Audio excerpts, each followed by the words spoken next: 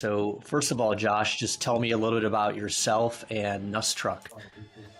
Yeah, I'm the talent acquisition manager for Nuss Truck Equipment. We're a network or family network of heavy duty dealership group for Mack and Volvo trucks. So we sell, service and sell parts and maintain our customers' vehicles and trucks and help keep the transportation industry rolling. Nice. And what's the makeup of the team over there on the talent acquisition side? So there's three of us in HR. There's the director, Joe Spire. He's an old customer of mine from back when I was on your side of the table as an HR tech vendor. He was at Burlington Northern Railroad as a regional leader for them. He and I collaborated for many years on recruitment success for them. And then there's Megan, who is my equivalent on the employee relations benefits side of things. And then there's me. So there's really three of us. Okay. A trio to do all the hiring, firing, and everything in between. Got it. So you're the main one then leading up the recruiting charge. And I think yeah, we should also preface this by you and I go way back. I don't know what was it like 2012 or 2013 or Yeah, something the first time we met. And yeah, you were working for a vendor. Which one was it again? I was working for JobDig, which was a recruitment media company out of Minneapolis. They're still in business today.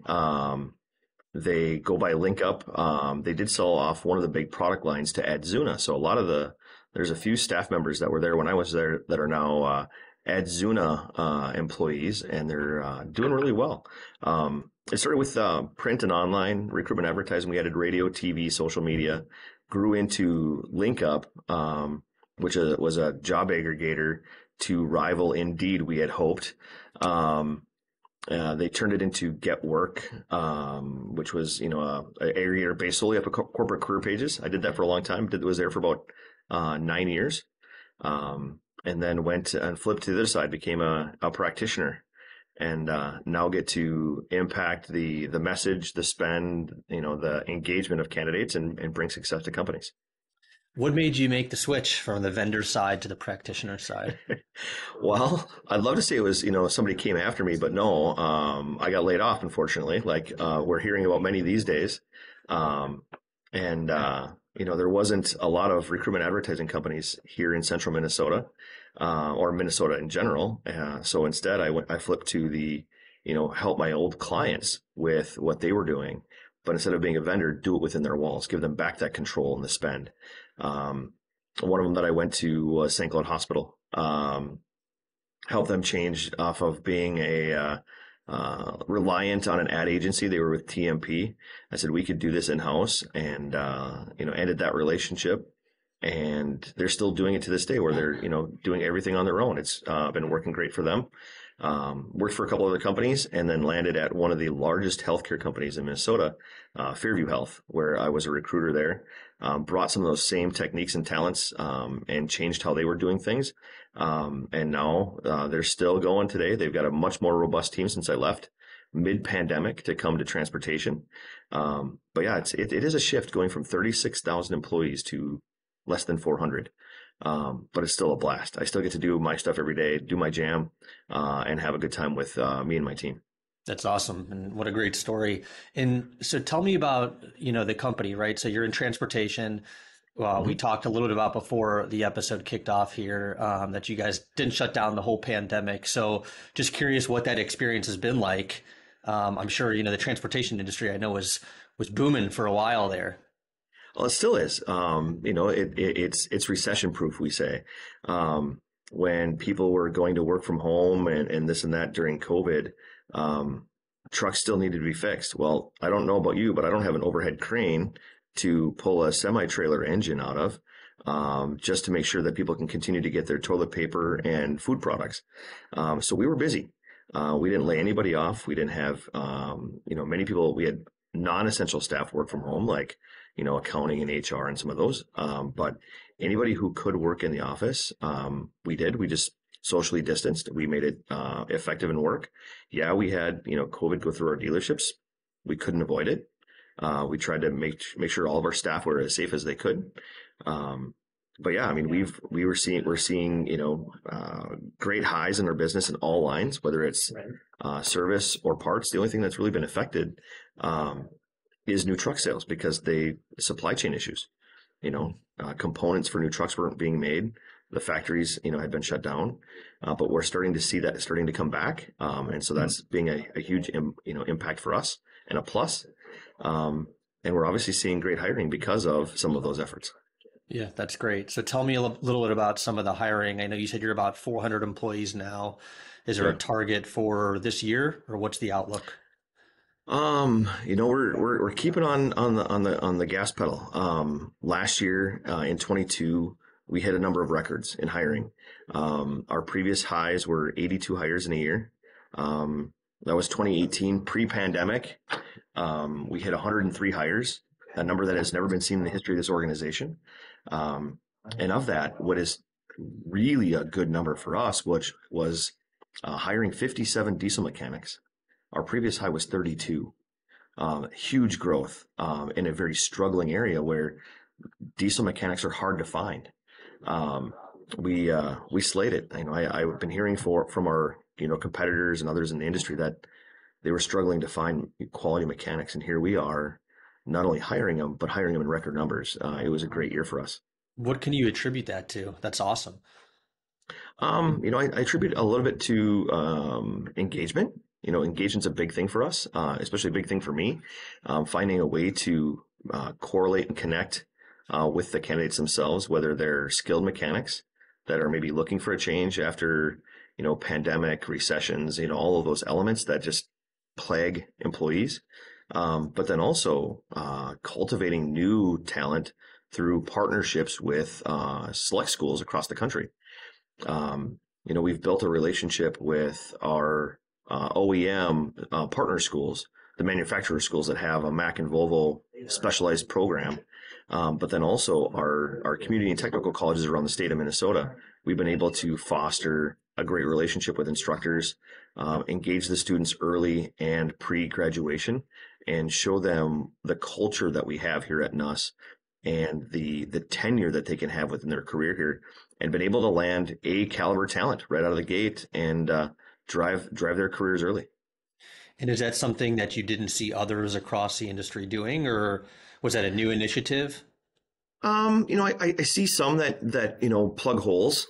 I bring this vision. When I came here, I said, God, I told the leaders, said, if you want somebody just to plug holes, it's not for me. So we'll find you somebody else to do this. I said, when I hire for you, I want to make you better tomorrow than you are today.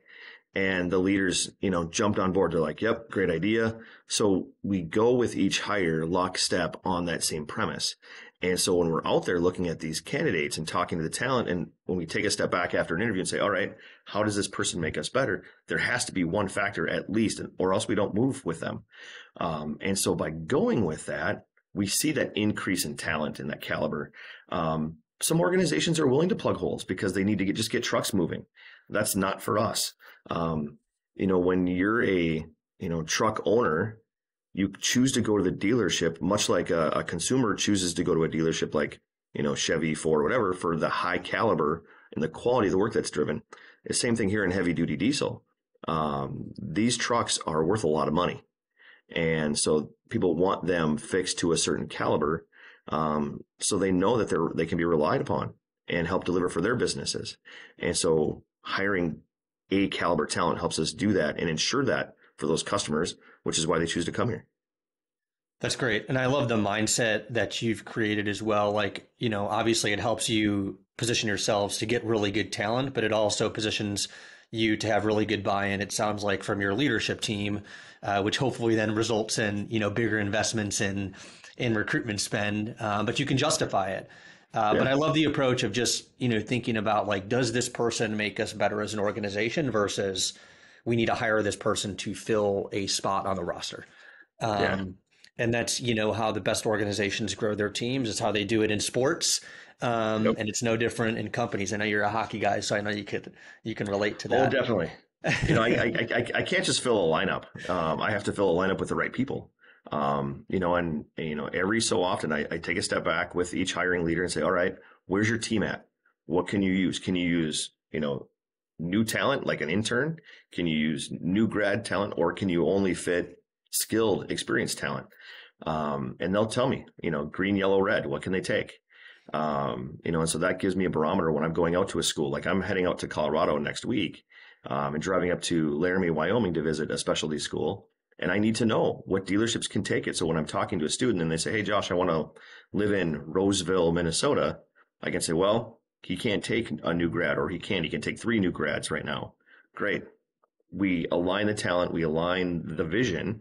So that way, if I can't fit them, we can still make a connection and bring them in, or I can introduce them to the leader when the timing is right. It's great to be in alignment with the candidate right out of the gate, good or bad, whether I can hire them or not, because it may not be a yes today. It could be a yes tomorrow, 5 years, 10 years from now. Yep. So having those stories and having that information, it really, leads us well. Yeah, and it's good transparency to manage expectations for candidates too, because also, one, they'll appreciate that. So maybe there's not an opportunity today, but maybe there's one tomorrow. So it's good for Yeah. relationship building. So, I think there's a good parallel there with, we talked previously about how you're a hockey coach, a few different teams you've got going on. So what are some of the similarities or things you bring from coaching? Because I'm hearing it and just in listening to you talk to your position at work. Yeah, one of the things that I do a lot away from the office is strategy at hockey. I've got a second year Bantam. He's 13 years old, eighth grader. More of a finesse style player than the grinder, gritty type of style. And so we sit back and we talk a lot about strategy, X's and O's, where to develop, where can plays go. And so I do that not only with my leaders, but I also do it with my candidates. I had a young man yesterday who sent me his resume. He's the brother of a current employee. And I looked at his resume and he had a bachelor's degree in environmental studies and had worked as a student worker somewhere and, worked for a window company and a construction company, nothing even related to a diesel mechanic. And I said, okay, how do I help this kid? And, I said, all right, is this what you want to do? You want to do diesel? Yeah, I really, like what my brother's telling me. He says great things about your company. I'm like, okay, well, here's the paths that you can get here. You can go to diesel school and get an associate's degree, or you can try to find a job working for a general repair shop or a fleet somewhere. Those are 2 ways to get in here. I said, but I can't necessarily just bring you on as a diesel tech right now. I said, another path is to come in a, inventory or customer service sales role in parts, learn the business, use the tuition reimbursement to go back to school. That way you're not only getting from us now, but we're giving to you and building upon your career. And so it's that same idea of strategy. How do I get that person here in the long term if I can't do it in the short term? And he's like, yeah, I appreciate that. He goes, yeah, you can't hire me today, but you've given me the keys to the kingdom to get there. Very much like, talking X's and O's with a 13-year-old about the game. So it's fun. I enjoy being able to break that down. And same thing with leaders, talking overall strategy, because recruitment for many can seem like a very much transactional process, and it's not. It's very relational. Yeah. And you have to, find a way to relate to all different parties in the process. And so, yeah, it's kind of fun. Yeah, that's great. And that's what I see often when talking to recruiters is oftentimes, some of the best recruiters have very similar interests or interests that align with recruiting, but in their personal lives. So for you, it's coaching and it's talking strategy, X's and O's, it's player development, it's leadership, right, outside of work. And those are the strengths that then you bring into your recruiting process. I was talking with somebody the other day who right now he works for a workout program company, like with gyms all across the country. Sure. And before that, he was in military recruitment for like 17 or 18 years. And the thing that was interesting is even though the industries are so different, was that he applied a lot of the things from the culture in the military of like being a part of something bigger to the recruitment process at the gym. And so I think it's interesting of like these different, things that while they might be so different, like for you, hockey and recruitment, like there's these parallels that help you in your recruitment and these strengths that you can pull from. Yeah, I mean, it even goes back to when I was on your side of the table as an HR tech vendor. being able to relate to non-buyers, the HR professional that you sell to each and every day. I have to sell to non-buyers. I mean, I have to sell vision of what a career could do for somebody within our organization, for somebody who doesn't even know who we are. I mean, I can be in El Paso, Texas, talking to a guy who's about ready to graduate about coming up here to the Arctic tundra of Minnesota to build their career and invest in their family. You have to be able to be relatable. And, it was no different when I was, selling, recruitment advertising, being from Minnesota, calling a random company in Chattanooga, Tennessee about what we were doing and have to be relatable to them and what their situation was. So yeah, there's so many parallels and ways that you can find a fit. And we do that with talent. They may not fit the box that we need them into, but sometimes we can find an abstract way to make them applicable to what we need to do, give them that vision and have them join us. And that's what the best talent teams are doing, right? It's strategic, it's relationship driven versus transactional, right? Fill a seat, Yeah. move on to the next. And that, will end up showing too in your retention numbers, right? Because you're thinking about it from a more holistic standpoint versus I got to fill a seat and that's kind of it. So, all right, let's talk about the hiring process a little bit over at the company. Tell me, I mean, it sounds like, you're running a lot of it yourself, right? So, and you've got to make, last year you made 100 plus hires. I mean, how do you do that? What's the hiring process look like end to end? I'm sure it creates a lot of, you got to hire that many people. It's a big challenge. It is. I mean, it's far simpler than my last one at Fairview. I mean, there we were doing 9,000 hiring transactions a year with a staff of 20 recruiters. I go from 20 hires a month as a recruiter on my own seat to maybe 9 or 10 a month. 20 a week. I mean, it's just crazy to see the shift in, volume, but the quality still has to be the same. And that's how I look at it. I can't look at the numbers, because, there it was, you had to bring on a number of people because patience hung in the balance. Here it's, Susie down the road getting her toilet paper or not, because the truck that delivers it is in our shop. That's the same. That's the philosophy there. And so we still have to deliver quality. And so I break it down. One of the things that I try to do is I try to do the one call close. The sales guy still comes out to me. I want to land the talent right away, but I do it through the relationship and painting the picture at the very first phone interview. We try to actually simplify the process. Many organizations will go through multiple interview layers. Ours can be as simple as a phone interview with me, an interview with the leader, and an offer is made. It can be that simple. I've done it the same day where I called a candidate and I said, hey, you got excellent credentials. Are you able to come in? They come in that day. We meet with them. I already have their offer ready to go, just in case everything goes well. And they get an offer before they even walk out the door. That's the exceptional side. That doesn't happen as often. Sure. Something I strive for. That's the competitiveness in me that comes out when I can do those. But I know, like in sales, time kills all deals. And so if I can reduce the number of hurdles by doing a simple outreach, phone interview, in-person interview offer, we're that much more likely to get the opportunity or get the person to come to us.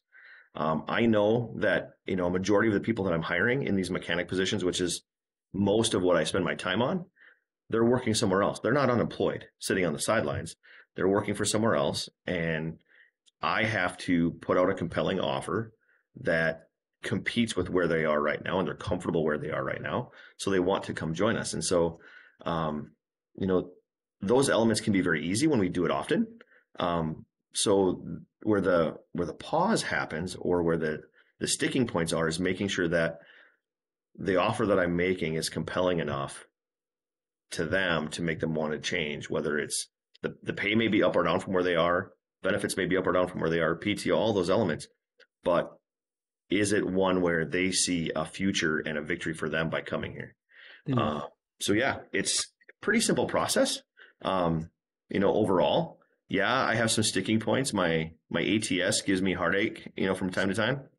Some of my tools, give me issue from time to time, some stress, but we've found some ways to simplify our technology stack and bring victories. Yeah, and I mean, it's, it sounds like you've got a, pretty straightforward interview process, like you said, just a couple of steps, um, really efficient, which is important because you need the people, you need them fast.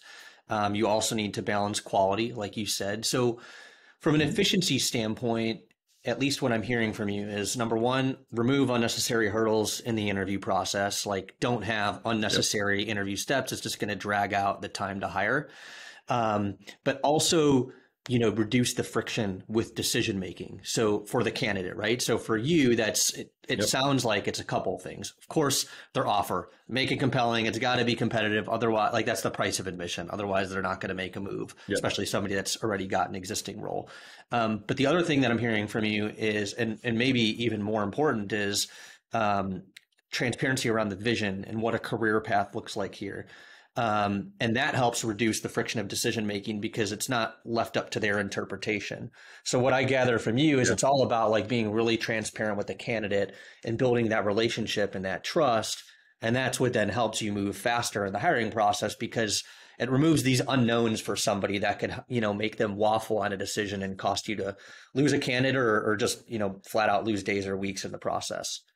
Yeah, very much so. I mean, one of the ones that I've done recently, I had a guy that I was hiring from South Carolina, and he was excited to come up here. He was excited about what we do, the specialty in which that we offer, the opportunity to become master trained and certified. And I said, you know, you're married because he told me. I said, what does your spouse think? He goes, well, she had some questions, and I said, put her on the phone. And so he's like, hey babe, come over here. I've got the recruiter from Nuss on the phone. I'm like, great. I said, let's do it. Puts her on speakerphone. I said, hey, my name is Josh. I'm the recruitment manager here. I said, what do you want to know? What do you want to know about the area? What do you want to know about the dealership? What can I answer for you? And she asked me a list of questions, and I answered every single one of them. I said, I'd be remiss to ask, what do you do? Are you stay at home? Do you have a career? And she goes, yeah, I'm a dental hygienist. I'm like, oh, great. I said, here's a list. What I'm going to do is I'm going to send you a list of job opportunities in the same area around home where you guys could, maybe planning on living. I'll send them to you. And if you have questions about any of the employers, let me know. I may have some recruiter friends in mind. Who does that?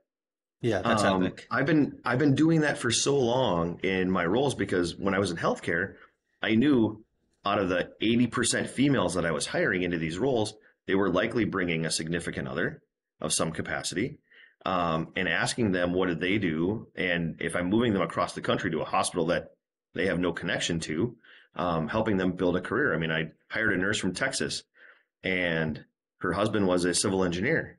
I connected him with two companies. He landed a job with one of them the same week that we offered his wife. So they moved up here, both had careers, had their kids in school. I mean, it was fantastic. We're doing the same thing here at NUS because I know it's not a one person show all the time. And if we can ease that burden for both of them, I've got buy in for two, not just for one. And it makes it that much easier. So, that sometimes that added investment of time and effort can mean just a huge, huge benefit. Yeah, that's great. I mean, I don't hear a lot of people talk about that. I think, a lot of folks just consider the candidate and ask them what's on their mind. And they may not, be ready to say, oh, my significant other is concerned about X, or, I got to think about my kid's situation with Y.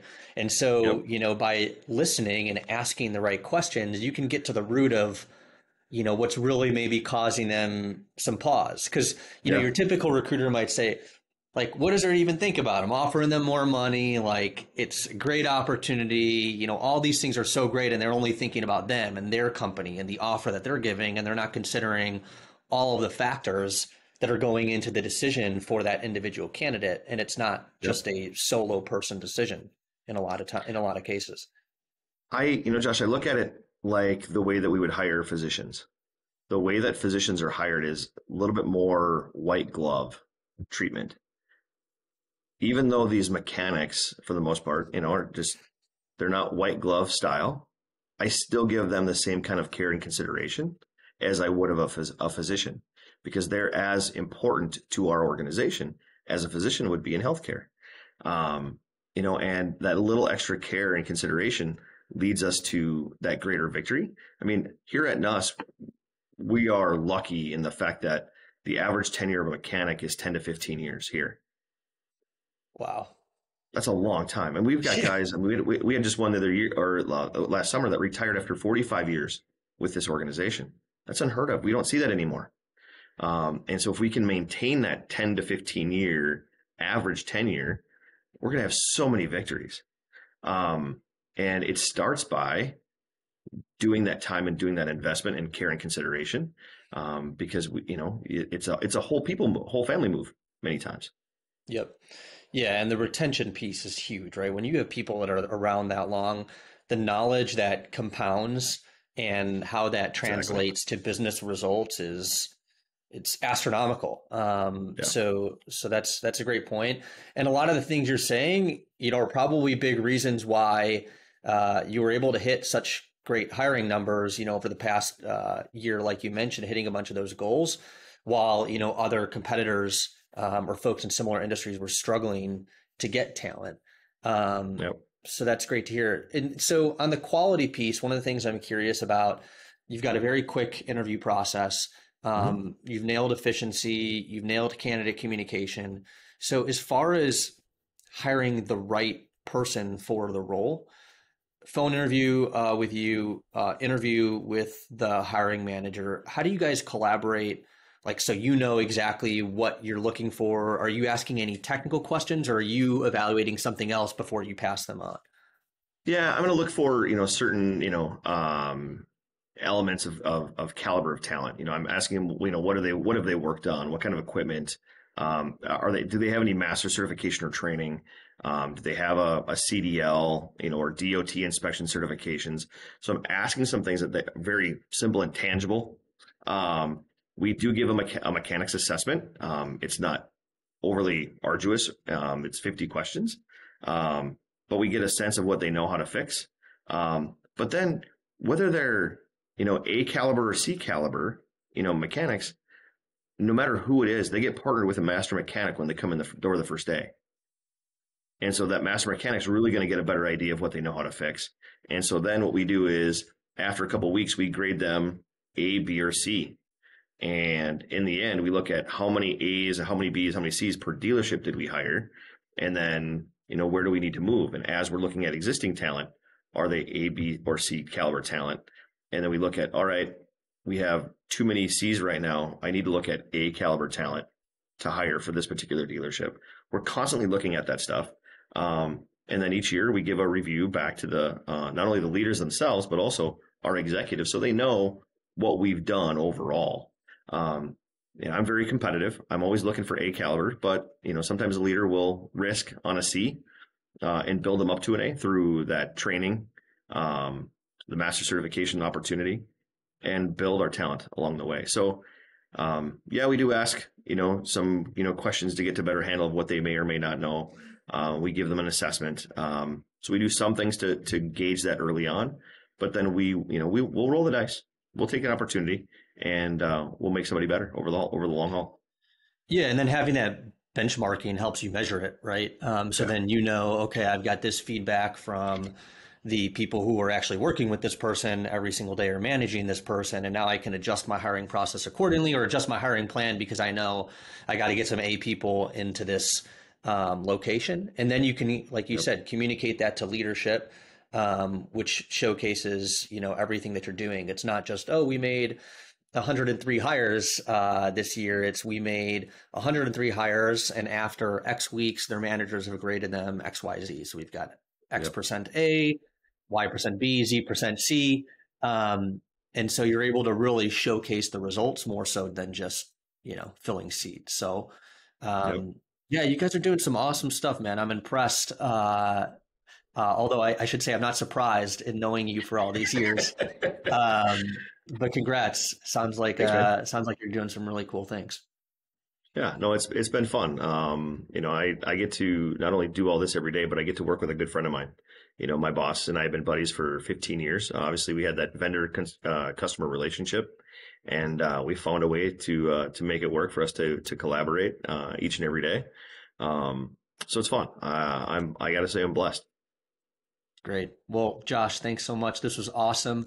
I know all the viewers are going to love all your insight, love what you guys are up to, and just really appreciate your time and the friendship from all these years. And hopefully, I can catch you at an event coming soon.